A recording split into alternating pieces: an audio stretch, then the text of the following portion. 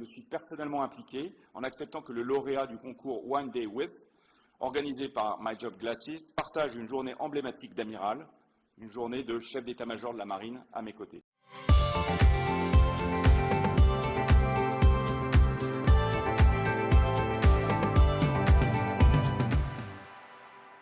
Bonjour, je m'appelle Maya, j'ai 18 ans et suite à un bac scientifique, j'ai fait un BPGEPS AAN pour devenir maître nageur sauveteur. Comme vous l'aurez compris, l'eau, c'est mon élément depuis toute petite. C'est pour cela que depuis l'âge de 10 ans, je rêve de m'engager dans la Marine nationale. Je vais d'ailleurs vous raconter l'aventure que j'ai vécue en immersion au cœur de la Marine nationale, grâce notamment à l'outil de mentorat My Job Glasses. J'ai participé en fin d'année 2020 au concours One Day With, qui proposait aux gagnants ou à la gagnante de rencontrer l'amiral Pierre Vendier, chef d'état-major de la marine. J'ai eu la chance d'être sélectionnée, ce qui m'a permis de vivre une expérience dont je me souviendrai longtemps. Je vous propose de faire un petit retour en arrière à la fin mai 2021. Le lundi matin, j'ai rejoint Émilie, la cofondatrice de My Job Glasses. J'étais surexcitée et en même temps assez stressée à l'idée de découvrir ce qui m'attendait. Le taxi que nous avons pris nous a transportés jusqu'à la base aérienne de Villacoublay. Là-bas, j'ai rencontré l'amiral Pierre Vendier, ce qui m'a un peu intimidée. C'était assez impressionnant de me retrouver devant le chef d'état-major de la marine, qui est en fait le marin le plus haut gradé. Nous avons pris ensemble un Falcon 10 à destination de Hyères. Pendant le vol, j'ai pu discuter avec l'amiral et me rendre dans le cockpit des pilotes. C'était un moment privilégié et super intéressant, puisqu'ils m'ont par exemple partagé leur quotidien professionnel, leur mission principale, mais aussi le parcours pour en arriver là. Le chef d'état-major de la marine et son équipe nous ont quittés une fois arrivés à la base de Hyères. Nous avons pour notre part continué notre journée avec une présentation sur la sécurité à bord d'un hélicoptère par un treuilliste. On a par la suite été accueillis par le commandant de la base aéronautique navale de Hyères. Son rôle est de commander 3 flottilles d'hélicoptères dans la base où l'on retrouve des caïmans marines, des dauphins, des alouettes 3, mais aussi des panthères. On nous a ensuite demandé d'enfiler une TPB.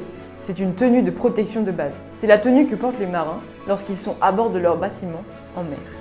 Puis, nous avons rejoint en voiture la vedette d'entraînement à l'hélitreuillage qui nous attendait dans le port de Saint-Pierre-de-Hyères. Nous avons enfilé des tenues orange étanches de sécurité, appelées aussi tenues Casimir, par-dessus nos TPB. Une fois équipés, nous avons eu la chance de pouvoir assister à 4 exercices de plongeur hélicoptère, dont 2 avec la civière. Je pense que je n'oublierai jamais ce moment qui m'a touchée et confortée dans ma volonté d'un jour effectuer un métier dans l'aéronaval. Ensuite, le plongeur hélicoptère présent sur la vedette est venu nous équiper pour que l'on se fasse élitruyer. Même si le moment n'a duré que quelques secondes au total, il a été extrêmement intense et riche en émotions. Bizarrement, je n'ai eu aucune appréhension avant d'être élitruée. J'étais même plutôt super excitée à l'idée de vivre cette expérience assez folle. Je le referais sans problème si j'en avais l'occasion. Une fois à bord de l'hélicoptère, nous avons mis cap sur le Dixmude. J'ai pu aller dans le cockpit pour voir le pilote et le coordinateur tactique, que l'on appelle aussi TACO. Nous avons pu discuter ensemble pendant un bon moment, ce qui m'a permis d'en apprendre davantage sur le NH90, aussi appelé caïman marin. J'ai par exemple appris que l'une des missions du TACO est de surveiller tous les bâtiments de surface croisés en vol.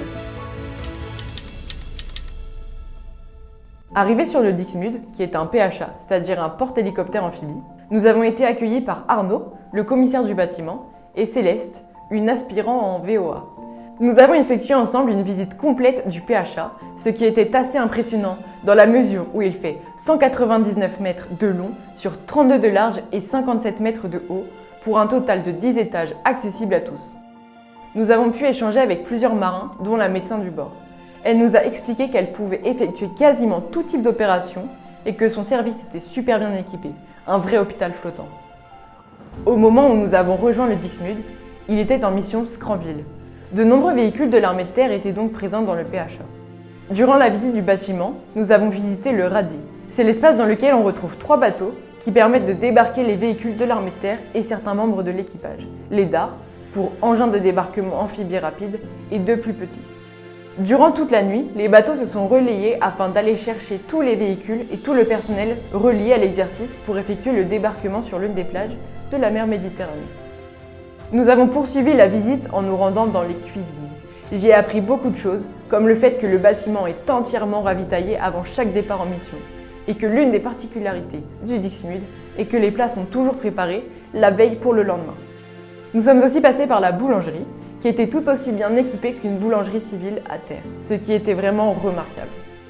Ensuite, nous nous sommes rendus sur la passerelle du Dixmude.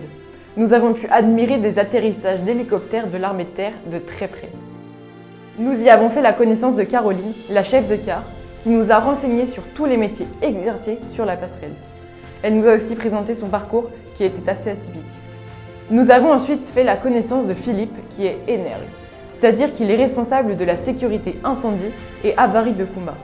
Il nous a montré le PC sécurité et nous a expliqué son rôle crucial au sein du bâtiment.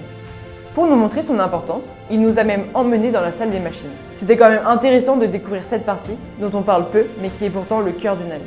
Le lieutenant de vaisseau Tiphaine, adjoint au commandant aéro, nous a également expliqué son parcours atypique. C'était assez surprenant d'apprendre qu'on puisse passer d'un poste de professeur d'anglais à un quotidien comme le sien dans une même carrière professionnelle. Enfin, après toutes ces formidables rencontres et ces échanges, nous sommes allés dans le carré du commandant pour nous détendre un peu et faire la rencontre du commandant, qu'on appelle aussi Pacha. Après le repas, le commandant nous a proposé d'aller prendre le café sur le pont d'envol pour profiter du magnifique coucher de soleil.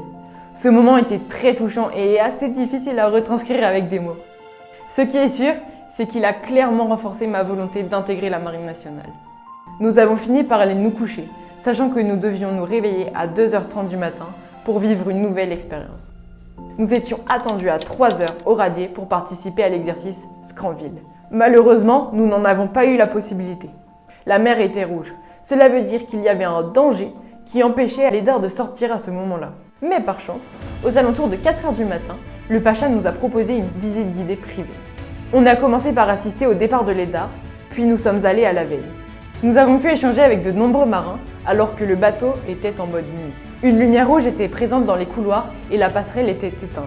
J'ai été impressionnée par le fait que le commandant connaissait personnellement chaque marin. Il les appelait tous par leur prénom et nous les présentait malgré la pénombre. Faire une visite avec le commandant offre de super avantages.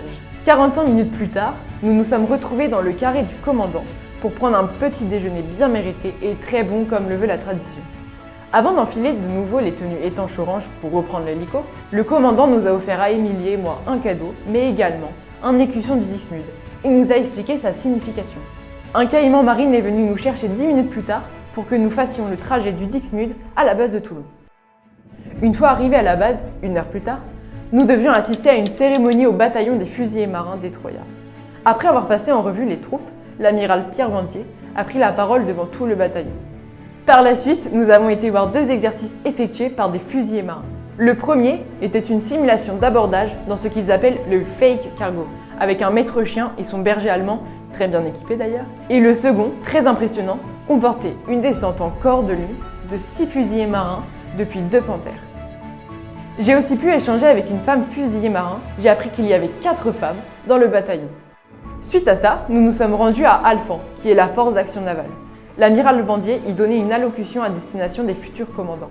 Il en a profité pour nous présenter avec Émilie à toute l'assemblée et pour présenter le partenariat que la marine entretient avec My Job Glasses. Il a également expliqué qui j'étais et qu'il s'était lui-même prêté au jeu du concours en offrant de passer cette journée exceptionnelle avec moi.